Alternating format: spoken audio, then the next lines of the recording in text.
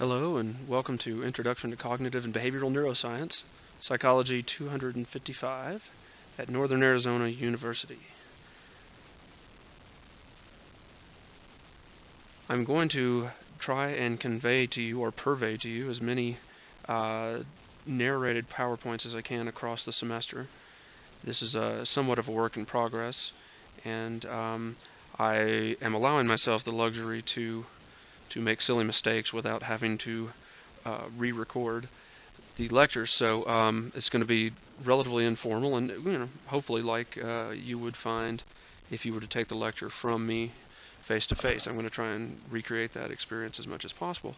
So what we're going to do here in this first lecture is discuss a little bit of neurophilosophy, the philosophy of neuroscience, the philosophy of the mind, the philosophical approach to understanding how the brain gives rise to the mind.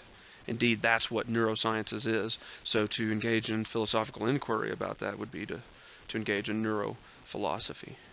And so we'll begin this neuroscience course with a little bit of an introduction to neurophilosophy. And as we talk about these neurophilosophical issues, we'll talk about what implications they have for studying the mind, and what implications our beliefs about how the mind works has for the way that we behave in the world, how we interact with one another. So, I'd like to be able to tie this philosophy into some practical understanding of the world here, as opposed to this kind of stereotypical armchair philosophy kind of endeavor. So we'll engage in a little bit of that philosophy, and then we'll segue into a little bit of philosophy of science, just a brief bit of stuff that you either have had or will have when you take research methods, or research design is another name for the class sometimes. So we'll go through a little bit of that philosophy of science, and we will segue that into a discussion of the history of neuroscience. And so that should, we'll take the history of neuroscience up to modern day, and that should pretty well give us a thorough Module 1 introduction there. So we'll go through Module 1, and when you're through with Module 1, you'll proceed, of course, to Module 2, and so on and so forth. So I wanted to start this discussion in a way that you'll find fairly common, I suspect, in psychology classes. You'll often be asked, well, what is psychology? And I'll just go ahead and throw the idea out there that we're talking about the scientific study of the mind and of behavior.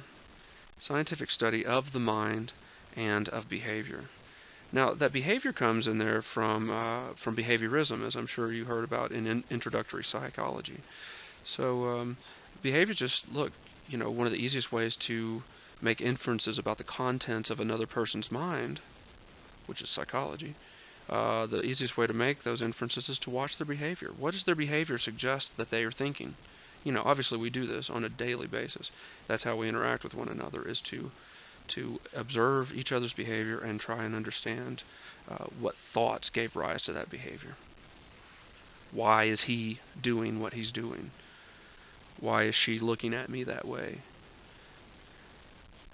So behavior is a very obvious tool to measure, not a tool to measure, but we use tools to measure behavior. It's an obvious observable thing to measure, but the mind is much less observable itself. It's hard to look at it directly.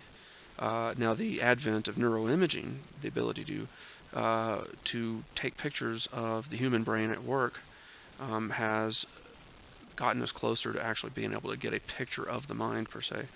But regardless, whether we can make these direct measurements of the mind or not, ultimately what we're trying to do as psychologists is figure out what is in the mind. So psychology, I would argue, is the scientific study of the mind and of behavior. And it seems to me that most psychologists would agree with me. on that. There's some other things we'll discuss here a little bit later that most psychologists wouldn't necessarily agree with. In fact, I certainly know a few who don't agree with it. And so as I give you a bit of this neurophilosophy, understand it's coming from my point of view, and I by no means want you, the student, to take it as gospel truth, as written in stone. But I am going to call it like I see it, as it were. So the scientific study of the mind, and so if we're going to assess that definition, the scientific study of the mind and behavior, we have to understand one of the key words, science. We're saying that psychology is a science. Well, if we're going to evaluate the definition that psychology is the scientific study of mind and behavior, then we need to determine, well, is psychology indeed a science? If not, then we need to change that definition. So what is a science? If we're going to determine whether psychology is a science, let's come up with a very basic definition of it. And about as bare bones as one could get would be the systematic investigation of the natural world. Systematic investigation of the natural world. So what we're talking about here is observing the world around you in a systematic manner, making measurements of it. And of course, that's ultimately going to involve generating hypotheses about to explain what you see in the natural world. And then you're going to run experiments to try and test those hypotheses and see whether they conform to your observations in the natural world. So science is a systematic engagement in the natural. Well, what is this natural world that we're talking about here? Well, we really need to dissect this term natural. And I suppose I'll just throw forth the idea that natural, the word natural may not be such a natural word, that is. Natural is hard to define. What is natural? I mean, we want to say, well, surely an apple that just fell off a tree, that's natural. But the cell phone in my pocket is wholly unnatural. Well, how did it happen? How did it get here? Did it somehow get here independently of the natural world? No, I mean, it is a product of the natural world, and it seems like if it's a product of the natural world, then good grief, I mean, a cell phone's got to be natural, right? So I don't honestly care for this word natural. This is a definition that you'll often hear, but I tend to prefer just saying physical. I think when we say natural world, we're really talking about the physical world. That is the world around us that is observable, the world that is measurable, the world that conforms to cause and effect. So I would prefer to say that science is a systematic investigation of the physical world. Okay?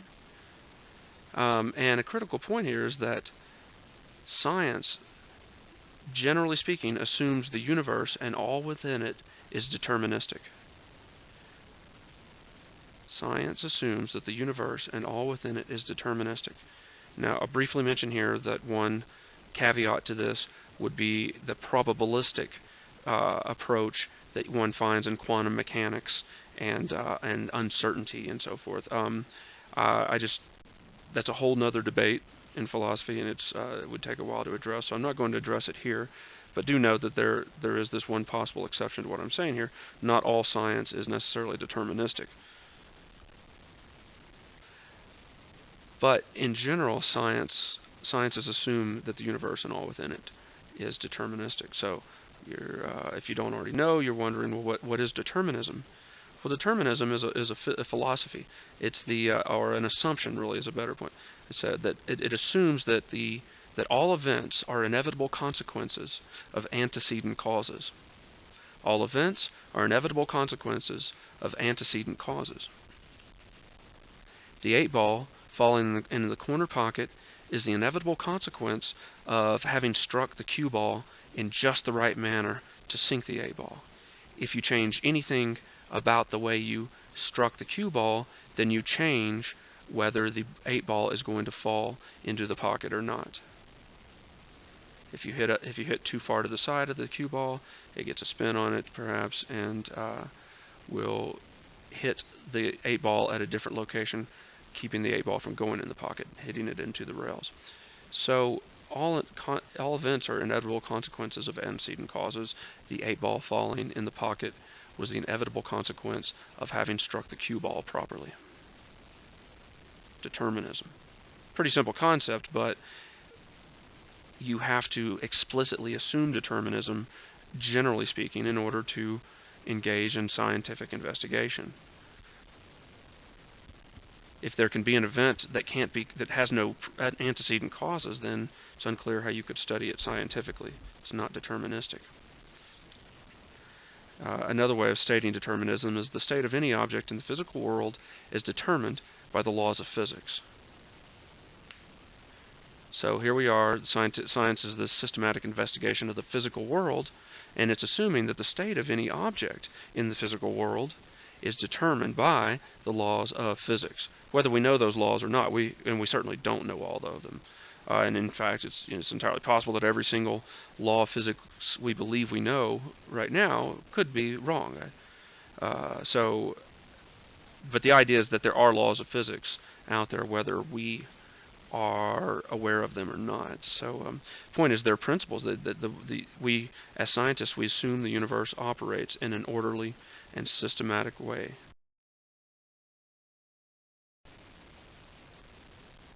So, is psychology a science or not? Well, there's another point we need to consider here.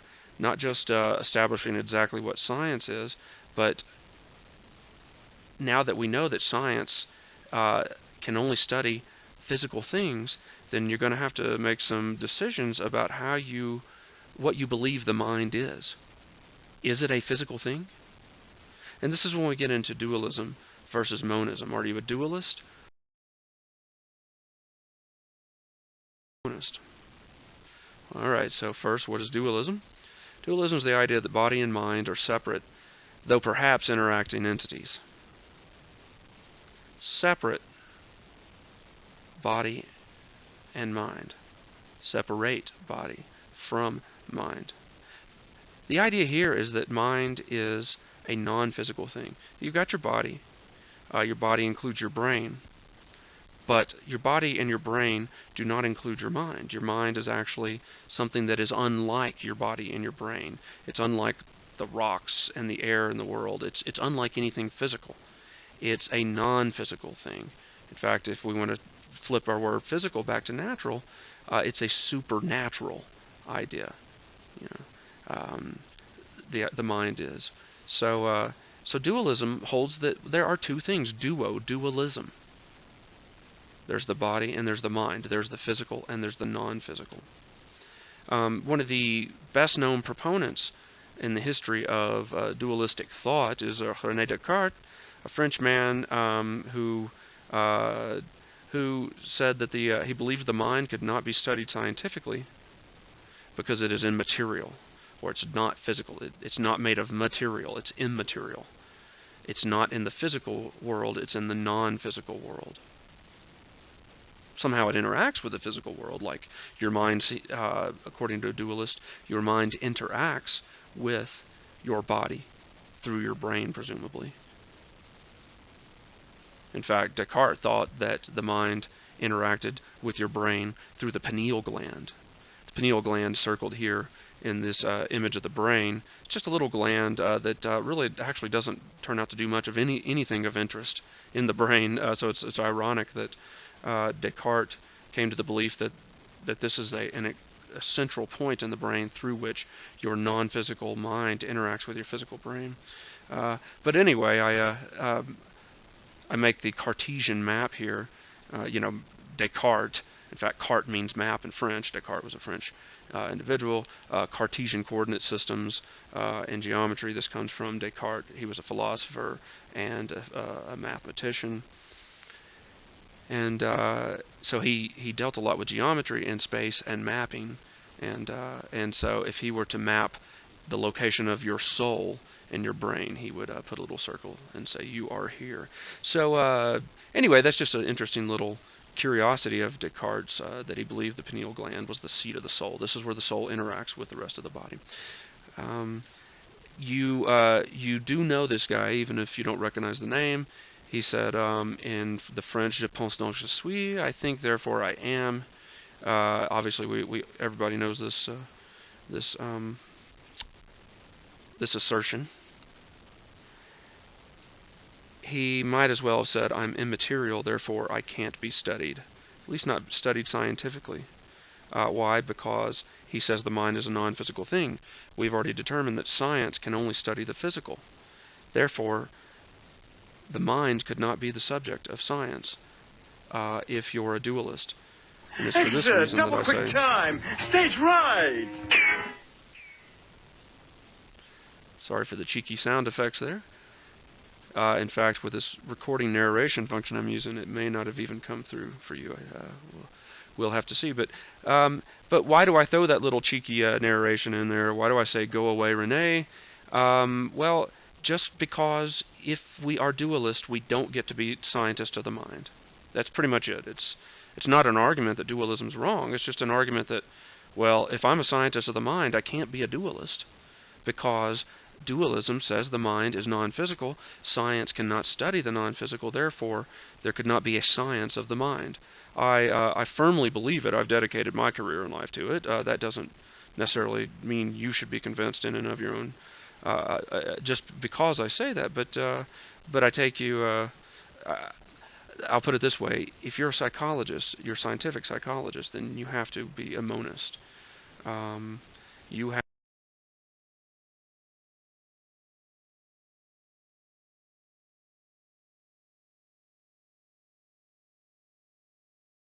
to believe that there can only be one kind of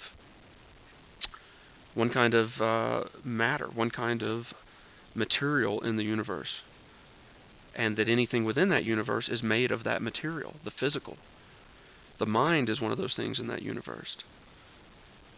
And so, as a monist, since we say the mind is physical, mind equals body, Thomas Hobbes being a philosopher whose name we could attach to that if we so desired, by virtue of saying that the mind and the body are made of the same thing, out of material, out of physical matter, we get to study the mind scientifically. And we only get to do so if we approach the mind from a monistic point of view. So again, for the sake of explaining the map, if the Cartesian map just has the mind in a tiny part of the brain, perhaps the monist map is one that shows the mind existing in the entirety of the brain. The mind is the brain, is one way of looking at monism. There are different kinds of monistic views you could have, but the point is they all assume that the mind is a physical thing. Due to technical problems, I had to end the last PowerPoint in kind of an odd place, kind of in midstream. So just allow me to recap where we were. We were talking about monism and dualism. Dualism being this idea that there are two things, duo, the mind and the body, that they're separate. The mind is a non-physical entity while the body is a physical one. And we were contrasting that to monism, or mono, one thing, that the mind and the body are equal to one another. They're the same kind of material. Monism could, many forms of monism anyway, would say that the mind simply is the brain. But there's a more nuanced version of monism.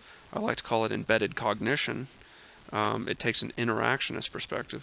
It says that, okay, sure, the brain is absolutely critical. You don't have a mind if you don't have a brain, but just having the brain on its own is not sufficient. That the brain needs to be put into a body, and that body needs to be able to interact with the world around it. That it's only when you get the brain, the body, and the mind all the brain, the body, and the environment all interacting together, it's not until then that you can say, there's a mind. There's a nice argument by analogy here in the form of transportation. So if I were to ask you, the student, okay, show me transportation, point to transportation. Perhaps you'd show me a car. So, yeah, see, Dr. Woodruff, here is transportation in this car. And I'd say, well, okay, so is it in what part of the car? Is it in the seat? And you say, well, sure, yeah, the seat is transportation. And so, okay, so if I had a seat sitting here just on the garage floor, would I be able to be transported? And of course I wouldn't. I'd need the seat to be in the car. Well, how about the engine block? Is it in the engine? Sure. Transportation is in the engine. All right, well, if I had an engine block sitting on the floor of my driveway, or my garage, would I be able to sit on top of it and ride down the street, be transported? And of course not. So ultimately, you get to the idea that transportation is not in any one part of the car. It'd have to be in the entire car itself, the totality of the car. But even then, I'd say, well, but it's just sitting still. It's just sitting there doing nothing. That's not transportation. And say, oh, okay, well, fine, we'll put it in motion. Oh, yeah, we'll set it off to go down the road. Well, but there's nothing in it. What's being transported? All right, well, here, we'll put a person in. Dr. Woodruff, you get in the passenger side, I'll drive. And so here, you and I were going down the street in our Camaro, and we're on the road, and we're being transported. And you say, look, I've shown you, Dr. Woodruff, here it is, here's transportation. I say, yes, thank you very much. You've done it. You've succeeded. You got the car on a road with an object to be transported, and you set that whole process in motion. You put all those parts together in just the right way. And there was transportation. And the mind, I would argue, is very similar. That it's not just enough to show me a brain. Just having a brain sit there on a table, that's not showing me a mind. You've got to hook that brain up to a body. That you want to have senses, sights and sounds and smells coming into the brain. And you want to have effectors, arms and legs that can go out in the environment and manipulate that environment. So it's not until you have those together, it's not until you have a brain inside a body that's interacting with an environment, it's not until those three things get together that you can point to them and say, look, Dr. Woodruff, there is a mind. Okay? So that's what the embedded cognition monistic view of mind says. Again, the mind is not this strange property that is non-physical. Nobody would say that transportation is non-physical, right? Well, the mind's not non-physical either. It's just a property that emerges when a brain interacts with a body that interacts with an environment. That's what the embedded cognition point of view says. And so, if monism typically says the mind equals the body, embedded cognition will say, okay, the mind equals the body times the environment. So where are we at then? Now we've tried to define psychology as a science. We said that scientific psychologists must assume that all mental processes are physical in nature. We've said that the physical universe is deterministic. All physical processes are determined by the laws of physics. And we've said that the mind, therefore, if we're going to study the mind scientifically, we've got to assume that it is physical. And if it's physical, it's deterministic. All of its thoughts and its beliefs and its desires are all determined by the laws of physics. But what about something like free will?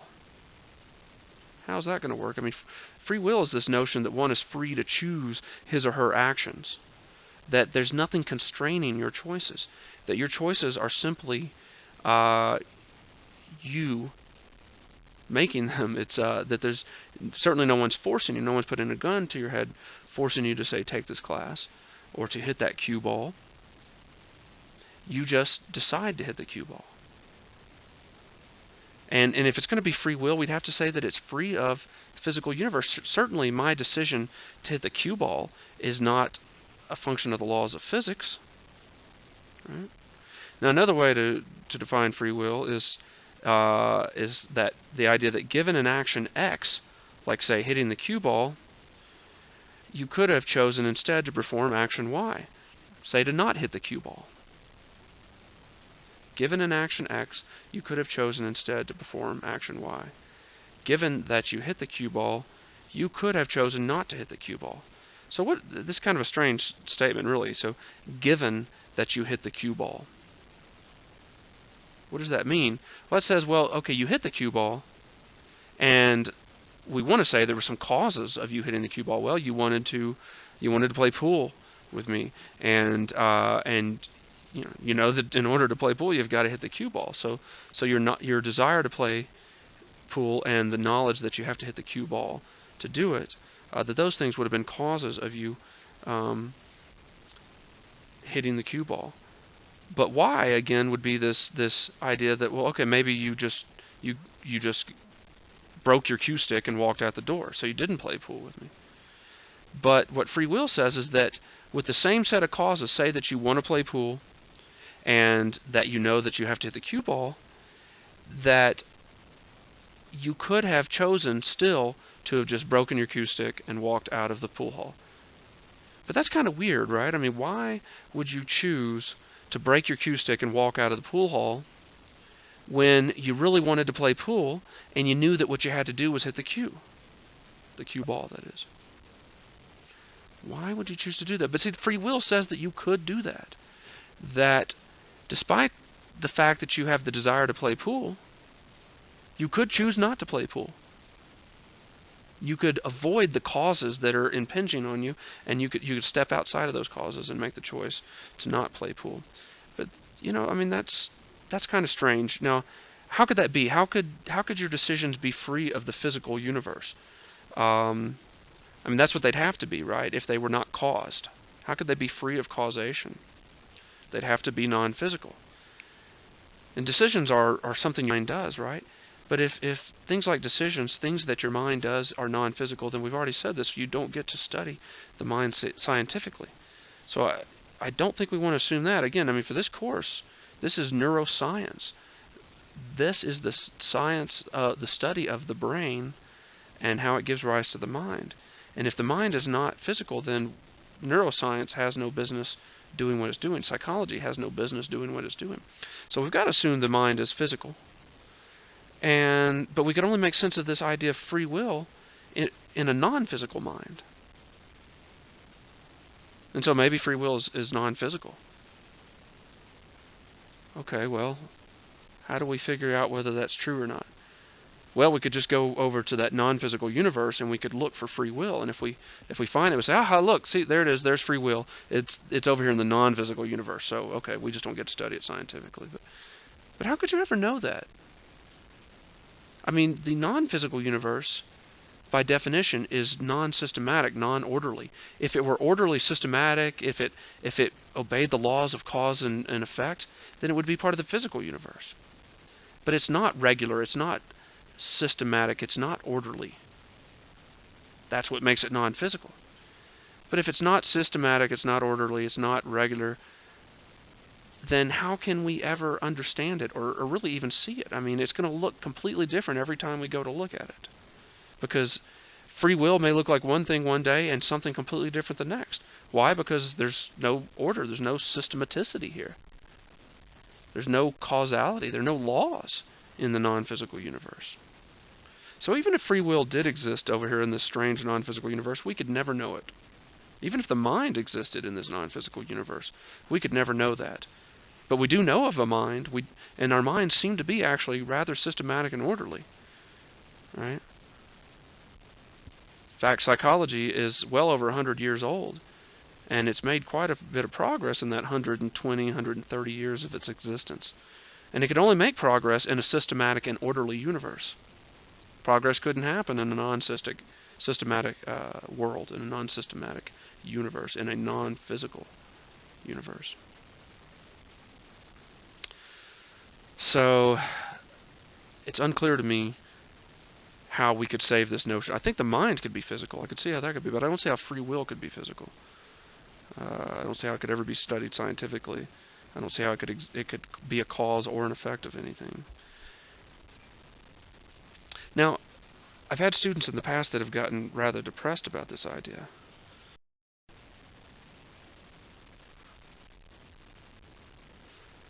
What are you talking about? How could we not have free will? This is very depressing. We don't get to choose our own thoughts and beliefs. They're chosen for us. Well, no. That's not right. The point is, your choices and beliefs are a function of the causal universe.